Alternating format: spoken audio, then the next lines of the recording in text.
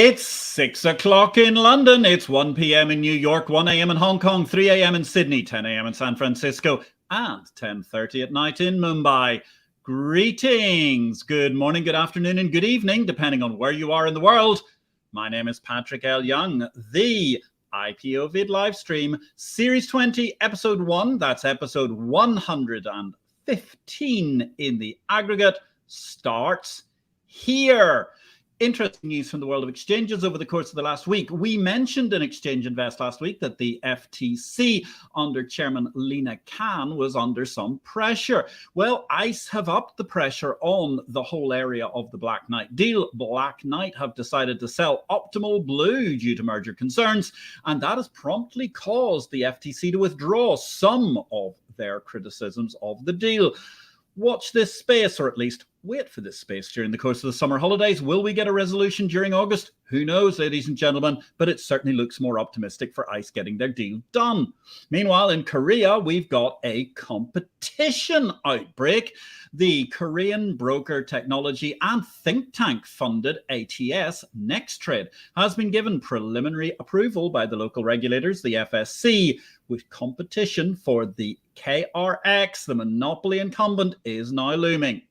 Meanwhile, the CME, well, they're feeling the pressure of competition. They're going to lay off 3% of their workforce. That's around about 100 jobs are going, following in the footsteps of Wall Street, which has been losing a large amount of headcount during the course of the last year, when obviously there haven't been so many lucrative deals on the go. Speaking of lucrative deals, of course, I've donned my pink shirt today in order to celebrate once again the wonderment of Barbie Week, ladies and gentlemen. It's been definitely a Barbie world as Barbie exploded even more nuclearly than Oppenheimer into the world. Last year, we popped a little bubble in Exchange Invest, which had quite gripped the media at one point, that there was somehow an Anne Hathaway effect on the broader market. It was rather disappointing all round. However, our ace team of researchers, which power Exchange Invest's thinking, donned their finest pink lab coats last week and found some rather fascinating data which suggests, yes, not only is she box office gold right now, but there may even be a Barbie effect in the stock market too. Barbie, we know, already accounts for about 20% of the profits of Mattel, even before the firm moved into the movie business in the course of the last week. And of course, over $377 million worldwide later, just after one weekend, after a fabulous first weekend in the cinemas, Barbie is in the pink in every sense. So looking at the movie, we were pondering the alpha female question. Does Barbie in her movie, guys, add value to Mattel stock? We looked at 38 different data points, not including the news that we had this week about Barbie's box office receipts. And actually, they were very, very interesting, dating all the way back to 2009. Of course, it's only 38 data points, so it's not quite 2 months worth of data in the aggregate. Nonetheless, Barbie movie announcements inspired 22 up days for Mattel stock and 16 down days. By comparison, on the same days, the American benchmark index, the S&P 500, managed 18 days up and 20 days down. The results aren't all that seismic, but if, like me, you've been a professional trader and you know that any little edge will do, when we look at these 38 trading days, Barbie the movie gave us a 3.83% return, where the S&P 500 on the same days managed 1.77. That's quite an edge, more than double in advantage. Barbie, over 200 basis points of return. Gosh, that really does start queuing for more calls into the wonderment and research into the Barbie effect, ladies and gentlemen, because certainly, judging from the way that the cinema has gone, it's looking very much like a Barbie summer, if not indeed a Barbie world right now. And of course, that gives us to queue for more calls following on from other social media that we ran this week. Given her success as an investor, we're long overdue new dolls in the Barbie series to accompany all those wonderful things like Barbie Surgeon, Barbie Astronaut, and so on. Where is Barbie Investor, Barbie Hedge Fund Manager, and similar financial high achievers? Our guest today is Susan Gidel herself, a fabulous female high achiever in markets. The topic is the wondrous interesting celestial discussion of today. Astrology, the markets, and you. What an apt way to finish our summer season before we take our summer break. Ladies and gentlemen, Susan Abbott Gidel specializes in financial astrological market research, honed from 35 years in the commodity futures business as a journalist and brokerage firm marketing executive. Based in Chicago, she's a regular on the conference circuit for professional astrologers. And in 2018, she published her first book on the topic of financial astrology, but not her first book, Trading in Sync with Commodities, Introducing Astrology to Your Technical Toolbox. Her first book was actually published as long ago as 2000 AD and was all about the wonderful world of stock indexes. Currently, Susan publishes a newsletter, and it's a great read, I can say, ladies and gentlemen. Red Letter Trading Days, alerting traders and investors to important astrological energy. She also writes the weekly Finstrology column at astrology.com. Susan, welcome to the show. That was a long introduction. I'm sorry, but the Barbie effect is so important in our world. We just had to talk about it. Where in the world are you today? I am in Chicago, on the northwest side of the city, in my nice little historic Chicago bungalow. How lovely, a historic Chicago bungalow. That's a beautiful area of the city, actually, quite magnificent. And what an incredible history Chicago has as a commodity trading town. I mean, it always blows my mind that they only incorporated the place as a city sometime around about, I think, the middle of the 1830s. And then essentially within a decade, they had the Chicago Board of Trade was born, and the whole commodities market started to become pivotal to the Midwest via Chicago. Mm-hmm. Thanks to our location in the middle of the country and railroads that sprang up out of Chicago as a main hub and were key to getting grain into Chicago and back out to the East Coast. Yes, incredible. And of course, at one stage, there was that amazing sort of triangle. You had the Kansas City Board of Trade, you had the Minneapolis Grain Exchange, and then you also had the Chicago exchanges, but ultimately Chicago reigned supreme as the megacity of the age through the 19th century into the 20th century, and indeed in the 21st electronic century and beyond. Let's just say hello to a few guests that have appeared, a few of our wonderful viewers. Hello, Peter Secon. Good evening to you both, he says. Great to see you, Peter. I hope you and Ari are very, very well. Similarly, Lee Ball. Hello, Lee. It's great to see you back again. I hope all is well in your world too. Good evening, all, he says. John T. Hey, John. It's really, really good to have you watching the show. Thank you very much for joining us in this summer evening. Good to see you. Good evening, everyone, says John T. Aunt Mary is saying good evening. All great to see you, Mary. I'm glad you could see our Barbie effect writ large. That's such a vital and fascinating issue to discuss today. So, Susan, tell me, were you actually born in Chicago? No, I grew up on a farm about 140 miles straight west of Chicago, 5 miles from the Mississippi River, and a family farm that my ancestors bought in 1848. And I was the 6th generation to live on the farm and grow up there. And we raised when I was there, mainly corn and cattle. So very interesting. Come from a farm background. You come from a big farming background. How appropriate. And 1848 is quite the date. Sorry to speak over you, but 1848, of course, notable. It's the foundation of the Chicago Board of Trade. It's the 1848 revolution in France, amongst other places. But of course, what people forget is the thing that was broadly driving a lot of the upheaval in continental Europe at that time was that it was the last time there was actually a major food blight that was caused by a failure of crops, per se, as opposed to war or something else, on the continent of Europe. Oh, really? Quite incredible. Yeah, quite an epic year all round with the foundation of the Board of Trade and everything else. So, Susan, what brought you into the big smoke, and how did you get into the financial business? Well, it was partly because of where I grew up and what we did. My dad would in the summer come into the house every day for lunch, and that my sister and I were in charge of preparing while my mom was at work. And he would, whatever we were watching on TV, we had to switch right away and couldn't miss the 12:15 news broadcast about what the price of corn was doing at the Chicago Board of Trade that day. And it just fascinated me that he needed to know that every day. And what could possibly make things change one day to another, that this was so important. And so I have always been fascinated with what makes prices move. And so as a result, I went to the University of Illinois, studied ag econ, ag journalism, and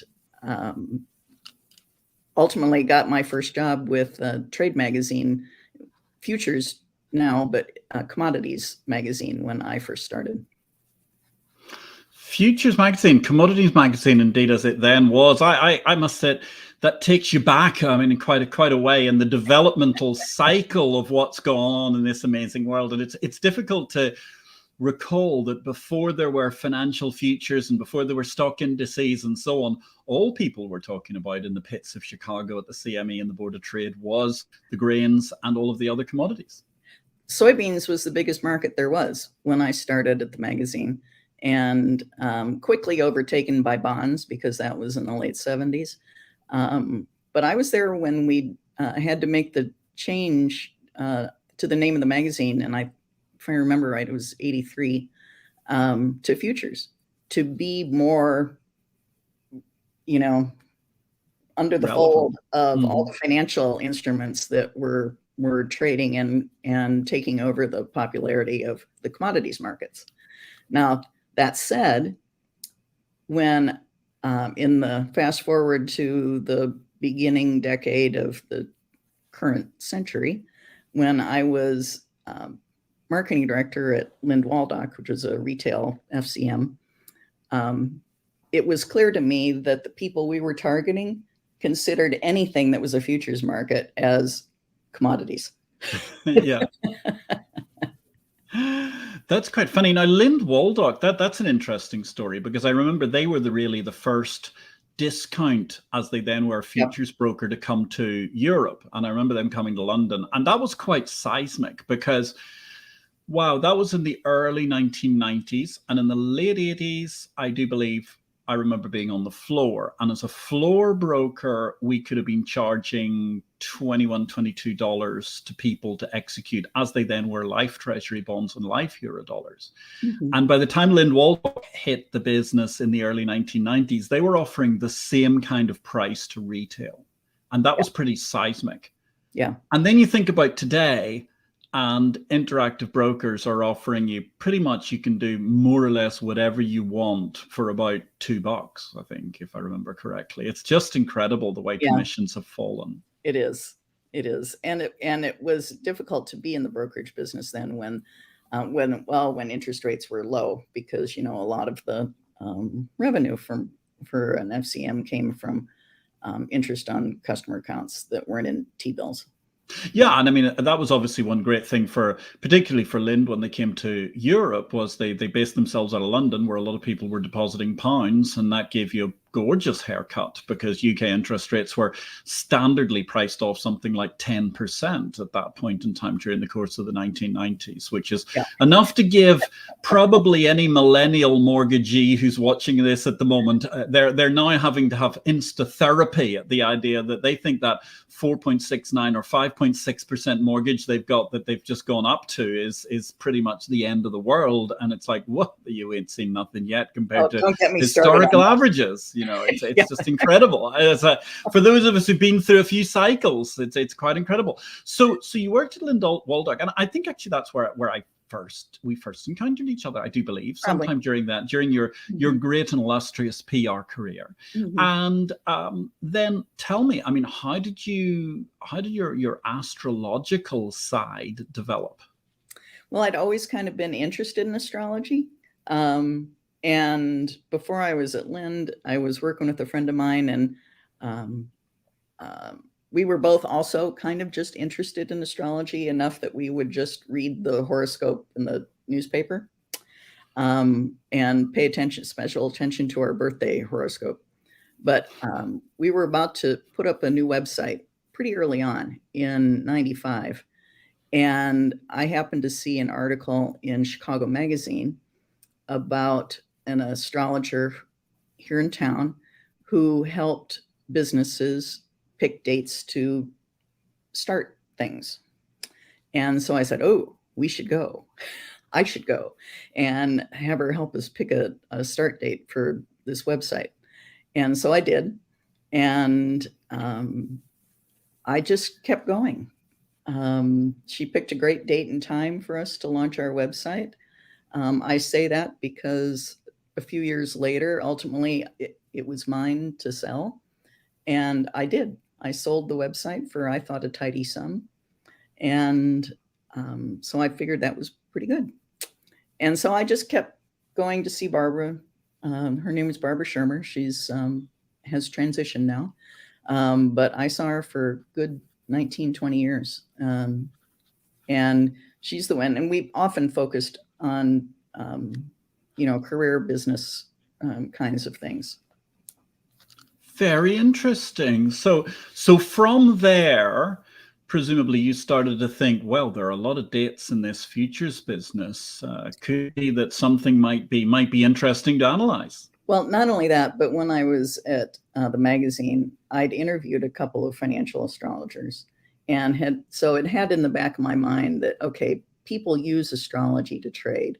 I don't know how, but it must do something.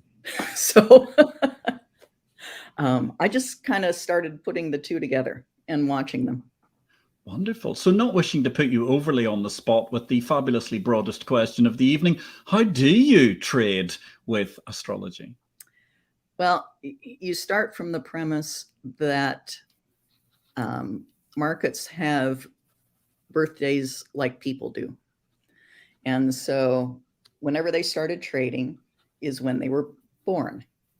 And so if you have that accurate date, time, place, then you can construct a horoscope, a natal horoscope chart or first trade chart. I use the words interchangeably. And then apply any kind of astrological technique that you would with a person. Personally, I watch transits, which means that I'm watching how the planets in the sky are going around the natal chart and then clicking in like a clock, like clock gears, and when there's lots of things going on and they all click at once, something happens. And it's certainly art more than science at this point, but I'm hopeful that AI at some point will take the burden off of me trying to analyze it and be able to see what I am unable to see. So there's an element of big data. I mean, with so many moving parts to the solar system, you're saying that there's a lot of numbers could be crunched potentially. Oh, absolutely. And aspects and by degrees and how fast they're moving and do they come back again in retrograde?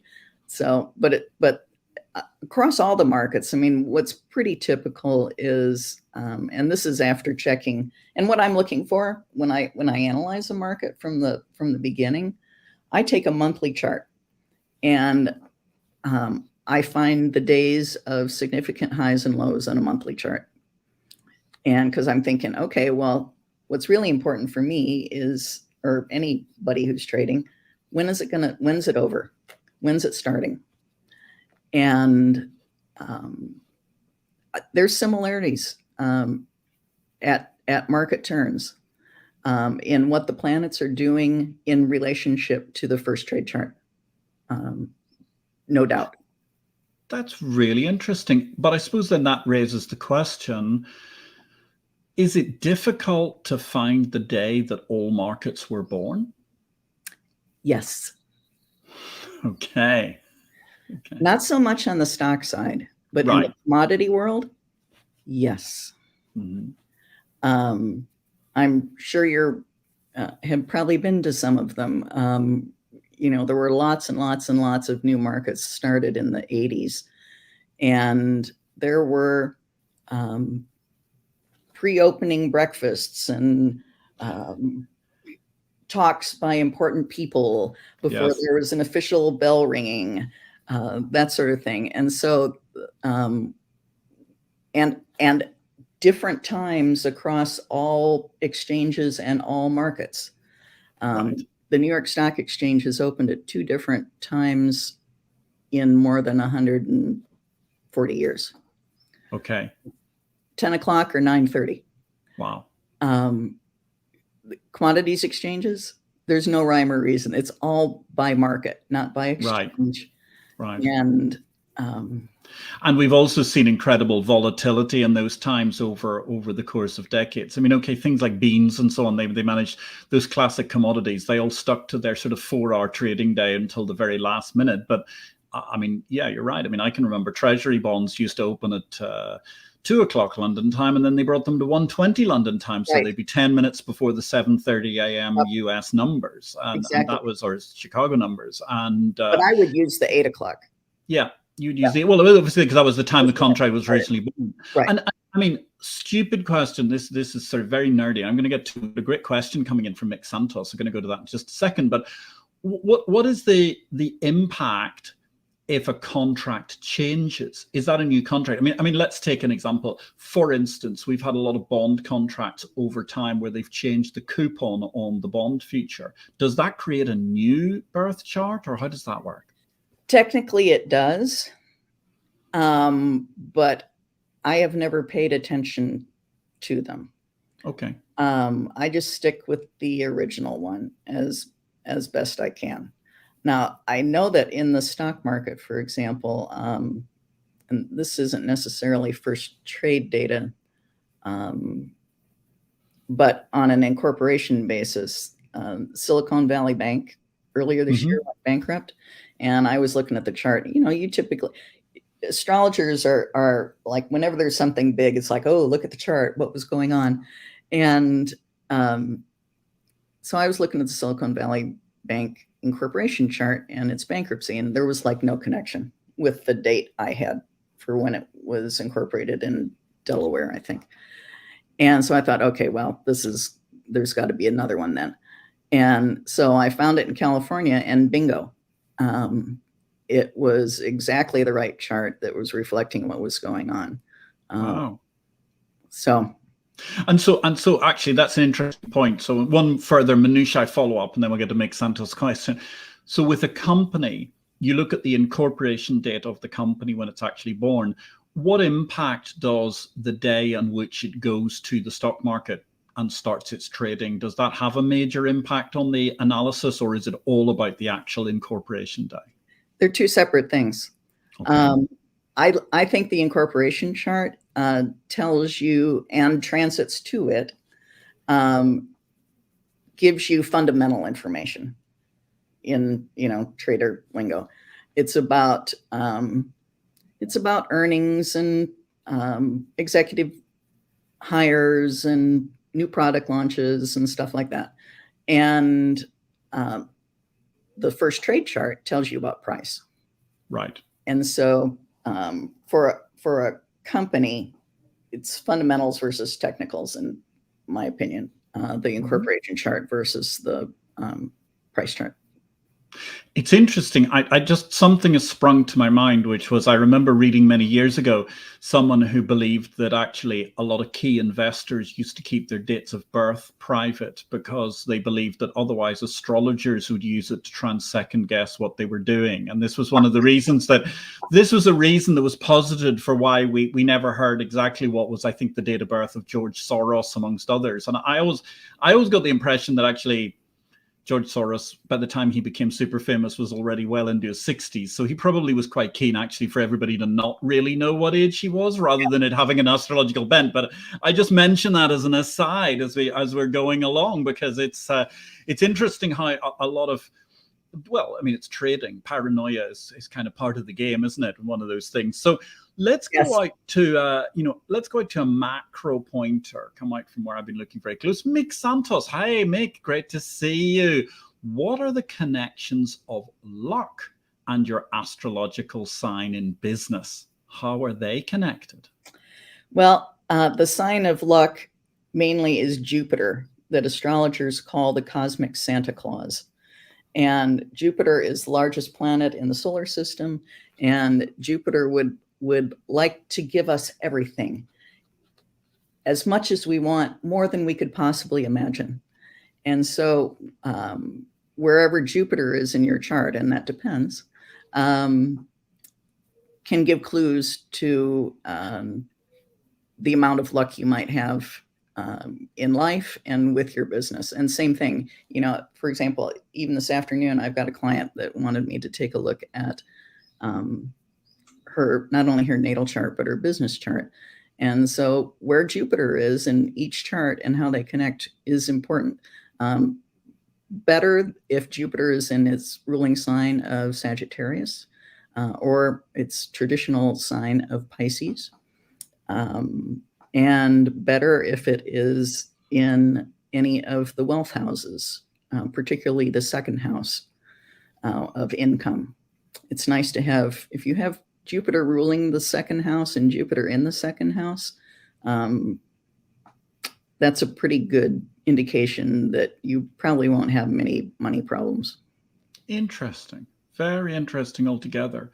Okay, so we go back to the world. Thank you very much, Mick Santos. A great question. Ladies and gentlemen, if you've got a question for Susan, we're here. We're talking about astrology, the markets, and you. So that does mean you, ladies and gentlemen. If you've got a question, do please send us a bit of love in the meantime on the way through, because, you know, I don't know whether they're, well, I don't know what the astrological birth signs are of artificial intelligence bots that run around and decide what things get to the top of YouTube, Facebook, and LinkedIn in terms of videos. So therefore, let's give it a hand. Give us a little bit of a love, you know, a heart, something like that. And that will push Susan's video up in the charts and hopefully be watched by more and more people, so we can talk about this fascinating topic of astrology, the markets, and you. So Susan, as we're looking at markets, you've got this birth date. So therefore, presumably specific contracts, say, of the modern age are relatively easy to understand. But if you've got, say, a stock index, which is the more important then? Is it the first date that they say they calculated that index? Because sometimes they regress all the way back umpteen decades. Or is it actually the first day it trades, as, for example, a future or something, which is most important? Well, I'll tell you, when I was working on my book in 2017, I had every intention. I wanted to focus on the largest market in each of the 6 big commodity sectors. And the stock indexes, it was the S&P 500. And I had every intention that I was going to follow either the big S&P or the E-mini. Right. Either one. And but once again, I went back to that monthly price chart and checked transits against the natal charts that I had for the both futures contracts. And it just didn't look or feel right or seem significant. And so I went back to the start of the index in 1957, if I'm remembering it off the top of my head right. I think you're close enough, yeah. And that's where it all clicked in. So for sure, with the stock indexes, I just used the start of the index when it was first calculated and first started being calculated live. Right, right. Interesting. No, it's fascinating, because it raises so many questions in the minutiae that we have when we go through this. I'm afraid, being pedantic. Now, Fritz George Sawyer. Hello, Fritz George. It's lovely to see you today. We have Venus retrograde now. Ooh, there's a bit of interesting technical lingo for the astrological amongst us. Do we have some changes in QQQ or SPY? Hi, Fritz. Yes.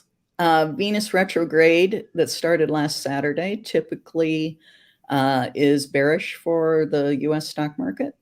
And so I'm kind of looking for prices for a general decline of somewhat, maybe around 10%-ish by the time it turns direct again at Labor Day weekend. Interesting. So it's a kind of a retrograde move that's a little bit in line with the old English adage of sell in May and go away. It's slightly later, but nonetheless, the idea that you'd have a slight turn down in summer. So just explain something for the totally ignorant amongst us like me. What exactly does that mean when you talk about something being retrograde? Well, for example, Venus retrograde. Obviously, all the planets are out there in the sky and they're all we're all rotating around the sun, but at different speeds, depending on how far or how close they are to the sun.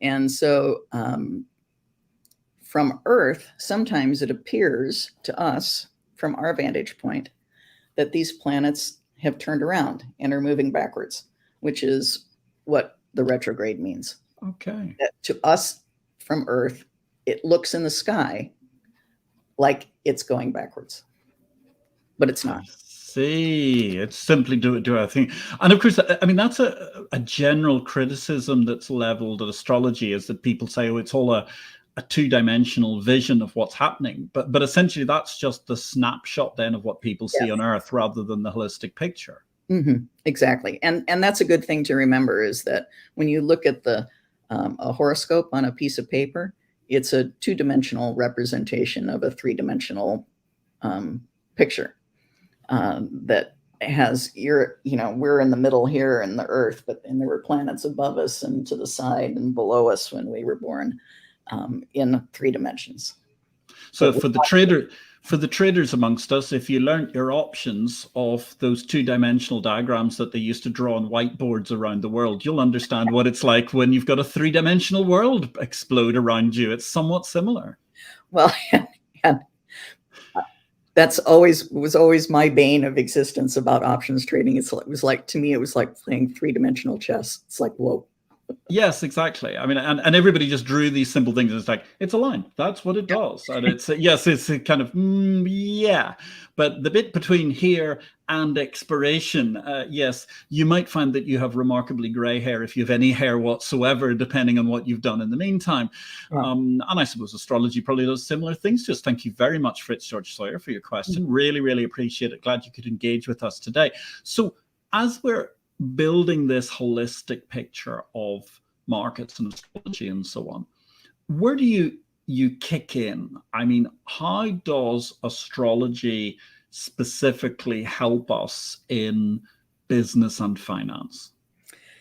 Well, I think astrology is the ultimate timing tool, because I've got a book sitting over here that can tell me the exact location by sign and degree of every planet for the next 50 years.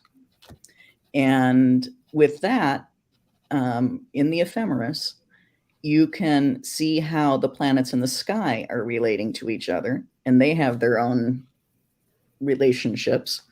And then once you know that, then you can apply that to how those relationships are affecting your first trade charts that you're watching. So it's all about timing. And I think that there's so few technical analysis tools that are good with time that I think astrology is helpful from a trading perspective to understand what's happening in the sky. And then for one, that is just general and can affect anybody who is trading, affects all of us equally. And then the second deeper layer is to see how what's happening in the sky is relating specifically to the markets you might be trading. I don't know of a technical analysis tool that could do it better. That's very interesting. So in other words, it's an additional technical analysis tool, you perceive it as, within your toolbox, that you can use all these other indicators, whatever it is that you decide to pick from the cornucopia of the Encyclopedia of Technical Analysis, and this can line up alongside it. Yeah, very interesting. I think so. And truly, I don't want people to think that astrology is like the be all end all holy grail thing. I don't. I want you to just throw it in the mix if it's interesting to you and is valuable. And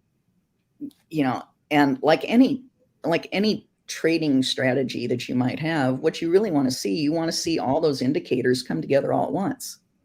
And so same deal with astrology. If I'm saying, okay, well, I think the S&P is going to make a high next Wednesday, and you're seeing the other things that you're watching support that, well, cool.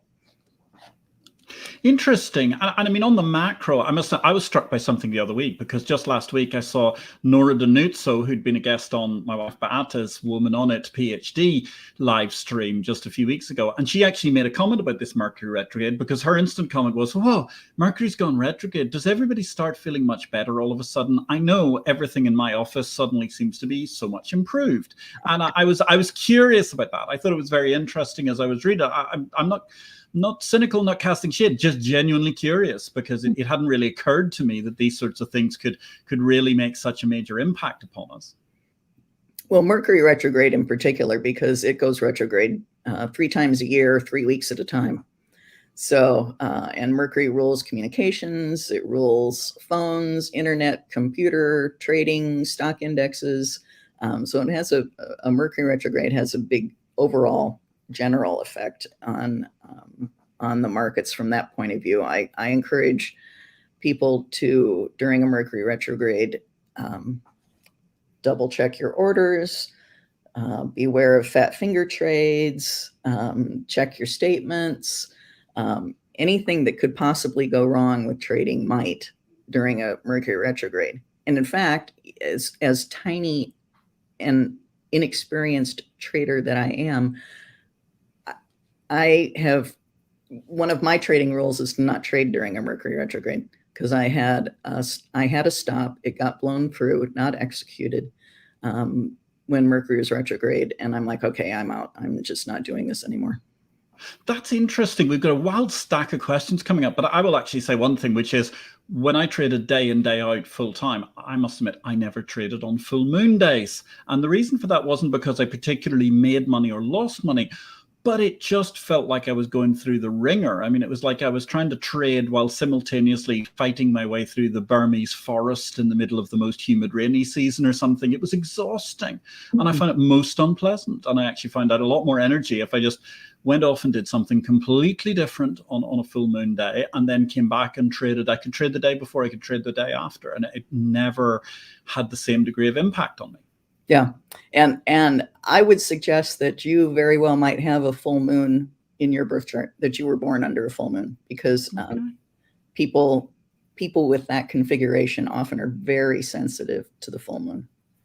Interesting. That's very, very interesting indeed, Susan. Thank you very much. So we're talking about markets, astrology, and you. I know you've got some charts also you're going to throw into the mix as we go through here, and you're very welcome to do so. But let's go to a couple of these questions, because actually we've got a load of fascinating questions. First up, we've got Tisha Morris. Hello, Tisha. It's lovely to see you on the show.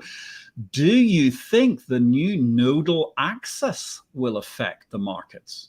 Well, in the big scheme of things, yes. We have, if you're familiar with the McWhorter cycle, that suggests that with the nodes moving further toward an economic low, when they hit Aquarius, when the North Node hits Aquarius, it just moved into Taurus. Yes. So we're in the decline economically, fully at this point, by virtue of the move by the nodes just in the last few days or so, week, something like that. Okay, so sorry, fill that in for me a bit, because I'm afraid the new nodal axis sounds to me like a punk rock band. So I'm terribly sorry that I may not be completely au fait with that. And perhaps you can explain to us a little bit so that we can slightly understand that better, Susan, if it's possible. Sure. The nodal axis is the points there. It's the lunar nodes, and there's a north node and a south node. They're exactly opposite all the time, and they represent the intersection between the moon and the ecliptic. It's getting a little technical, but at any rate, they move backwards, and they are in one axis set of signs for about 18 months. And let's see here, it just moved into, they just left Taurus, sorry. The North Node just entered Aries on July 18. Okay. I'm checking my ephemeris here. And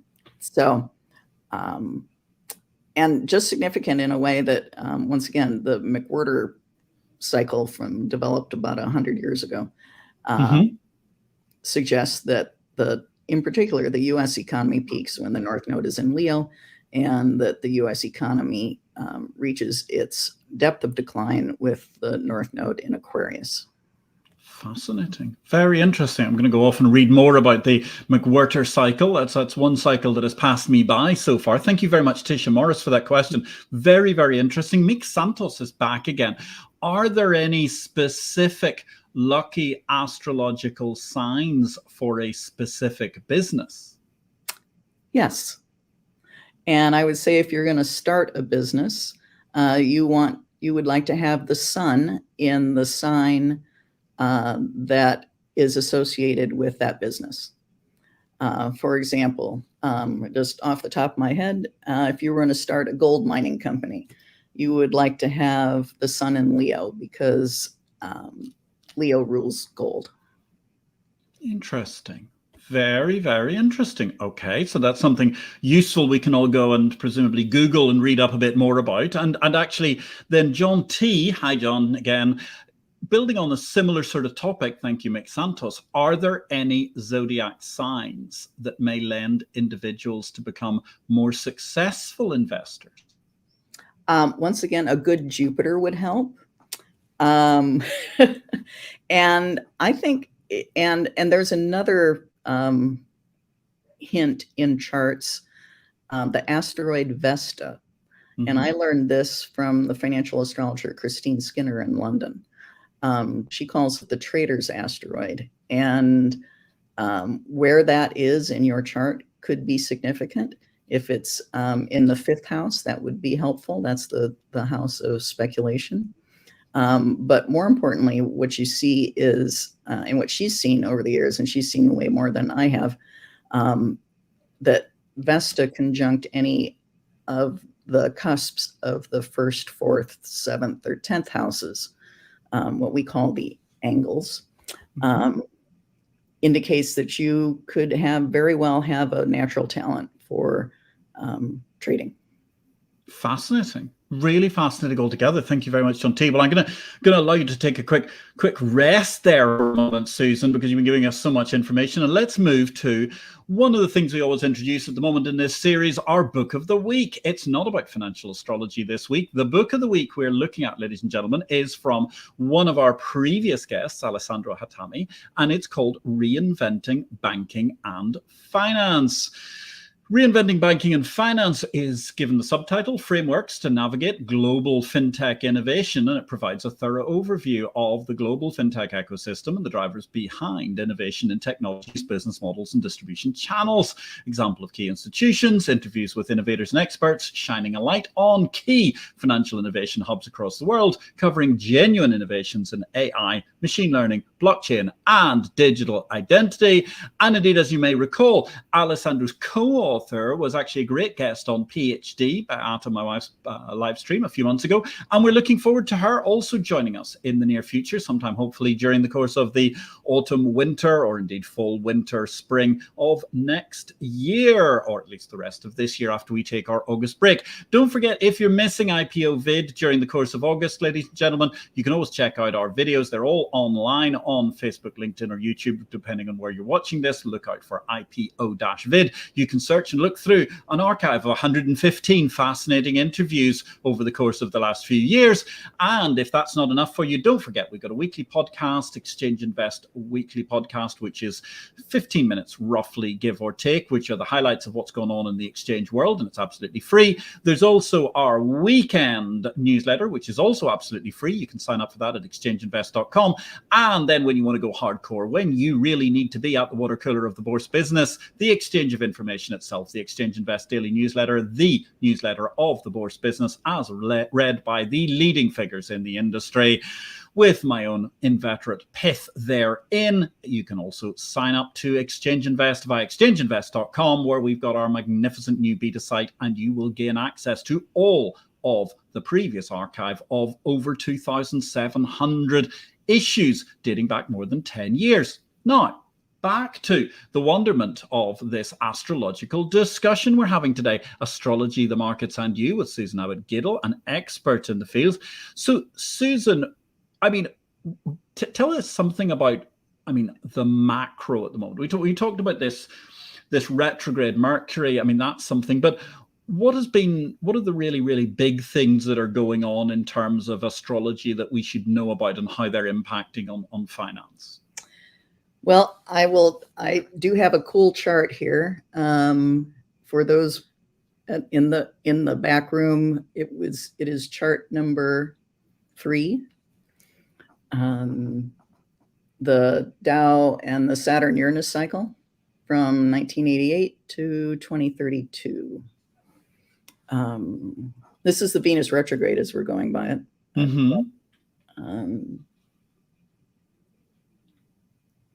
That one. Oops, back up. No, now go forward again. That one. Okay. So, I've studied the Dow Jones Industrial Average versus the Saturn-Uranus cycle, because they both began within 6 months of each other. The Dow Jones Industrial Average got its start in May of 1896, and the Saturn-Uranus cycle, which is defined by conjunction to conjunction over the course of 45 years, started in January of 1897. And so it's nice to see how the Saturn-Uranus cycle, which Saturn represents the status quo, Uranus represents change, and the two planets connect regularly to move us forward, to keep stability, but to make change, without blowing things up. And so the Saturn-Uranus cycle is the longest one that financial astrologers watch, particularly as it concerns markets. And the picture here is the current cycle that we're in, the third since the Dow was started in 1896. And the latest one began in 1988 and will conclude at the next conjunction in 2032. And so from a macro sense, and admittedly, this is only the third one, so I know that, there's only 3 sets of data to watch, but they've been consistent throughout. And the consistency is that the Dow bottoms at the conjunction on the left-hand side of your screen. It makes a record high at the first square when they are 90 degrees apart. And that's that first arrow on the left you see. Mm-hmm. They make another record high at the opposition, another hard aspect. That's the second arrow. And that one was a little early. That's Saturn-Uranus opposition, or the high was in 07, and the opposition happened actually about the time of the depth of the financial crisis in the fall of 08. So that was a little early, but still there was a record high near that Saturn-Uranus opposition. And then the third one, the final hard aspect in the cycle is the final square, which just concluded in December. Let's see, December here. Let me find my cheat sheet things where I have the boot here. There were 3 connections of Saturn square Uranus throughout 2021. The last one was on December 24, 2021. Mm-hmm. And the Dow made its record high on January 5, 2022, not 10 days later. And so what I expect to see based on previous cycles is that there will be a correction from this record high toward the Saturn sextile Uranus aspects that begin in spring of 25, the purple lines that you see next in line there. Mm-hmm. And so I'm expecting the Dow to, by the time it hits those purple lines, to be at to have tested one of the 3 red lines, horizontal ones. The first one is about 26,000 on the Dow. That would be about a 30% decline, which would be equal to the similar phase decline astrologically in the second cycle. 18,000 Dow would be the COVID low, about 50%. which just seems like, okay, well, could be reasonable to test. And then the final one at the very bottom is at 4,000 Dow. If you think that we're going through 1929, 1932 kind of depression between now and then. Wow. Yeah.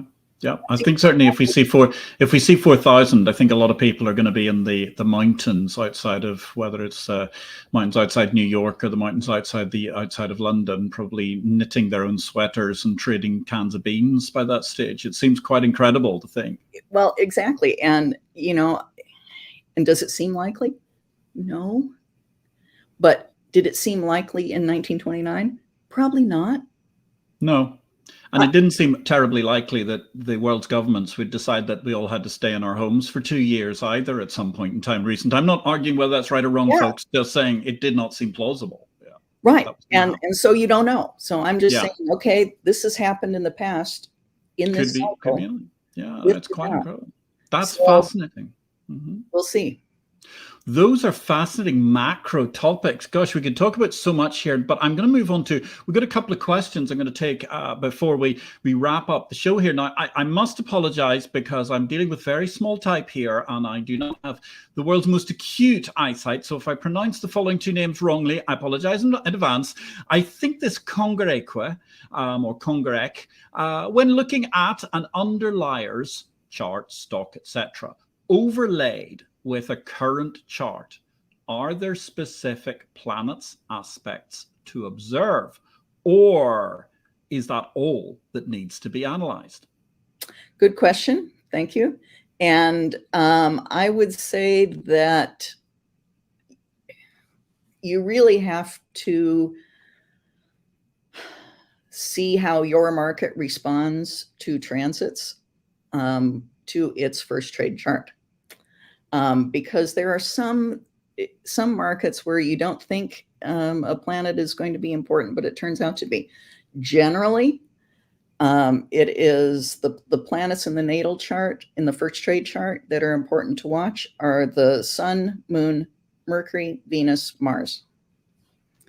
And by transit, same deal. It is the faster, those 5 faster moving planets that typically are the trigger to a formation, but it is helped by, for example, if one of the outer planets, Jupiter, Saturn, Uranus, Neptune, Pluto, but particularly Jupiter and Saturn, are also around there at the same time.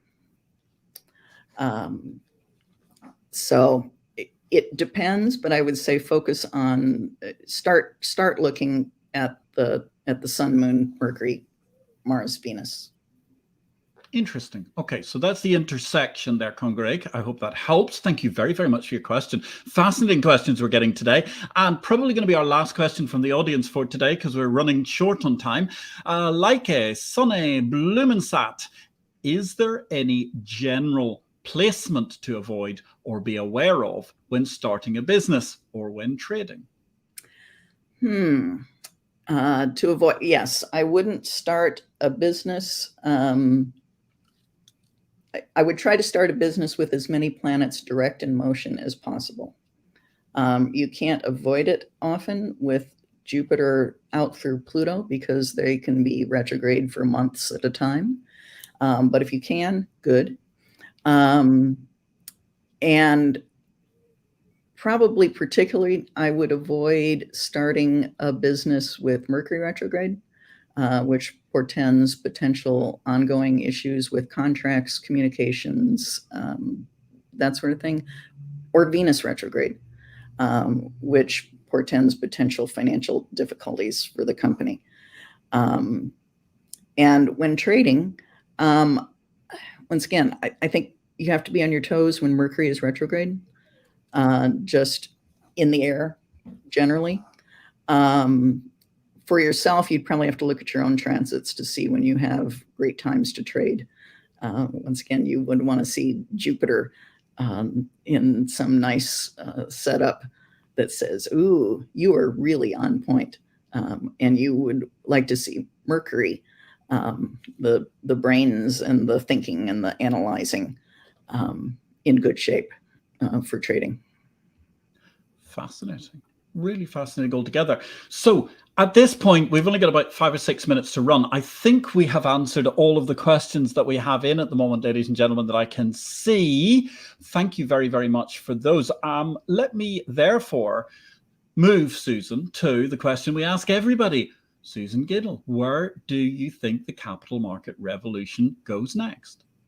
I think it goes toward what I call the air economy, and that would be to our technical helpers, chart number 6, the NASDAQ 100 and the Jupiter-Saturn 2020 conjunction. And we'll see where we go here. Oh, this is where I think the Dow could potentially go. Right, very interesting. There it is. So Jupiter and Saturn have a 20-year cycle, and so much shorter than the Saturn-Uranus, and they make conjunctions with each other every 20 years. And since the 1842, they have been making conjunctions in Earth signs. So the economy, which they represent, expansion, contraction, Jupiter's expansion, Saturn's contraction. So they have a connection to the business cycle worldwide. And since the mid-1800s, they've been making conjunctions in Earth signs. So that says that the economy valued things of Earth, stuff, physical stuff that we could touch and hold and feel. On December 21, 2020, Jupiter and Saturn made a conjunction in Aquarius, at 0 Aquarius, the very first sign of the first degree of the sign. And for the next 199 years, Jupiter and Saturn will make conjunctions in air signs. And so now the economy will value things of air. And let me find my cheat sheet. Here we go. And so the air signs are Gemini, which would value things of ideas, communication, Libra, cooperation and justice, and Aquarius, technology, independence, global community, humanity, and astrology. So I think over the next 200 years, we're shifting into an economy that will value air ideals. So we as a society, and as represented by the companies that will do well to support what we as a society want, will have elements of air associated with them. So for example, online learning, air, wind turbines for energy, things like that. Artificial intelligence for sure. And this chart, it connects the Saturn-Jupiter conjunction in 2020 with the NASDAQ 100 natal Mercury at 0 Aquarius. And so personally, I think ultimately the NASDAQ 100 could become the institutional benchmark as we go through this. And because the conjunction, it absolutely conjunct the NASDAQ's natal Mercury, which rules trading and stock indexes. Now, we had a little preview. If what you want to know about the air economy, we had a preview from 1980 to 2000 when they were conjunct in Libra before they went back for one more time in Earth. And so if you remember 1980 through 2000, computers, cell phones, online trading, and that's just the beginning. The internet is barely an adult at this point from an astrological standpoint. And so, but we're at the very, very beginning. If this were a baseball game, we'd be in the top of the first right now. The first batter at the plate with a count of maybe 2-2. That's how early this is. Wow. But so that's where I see it going.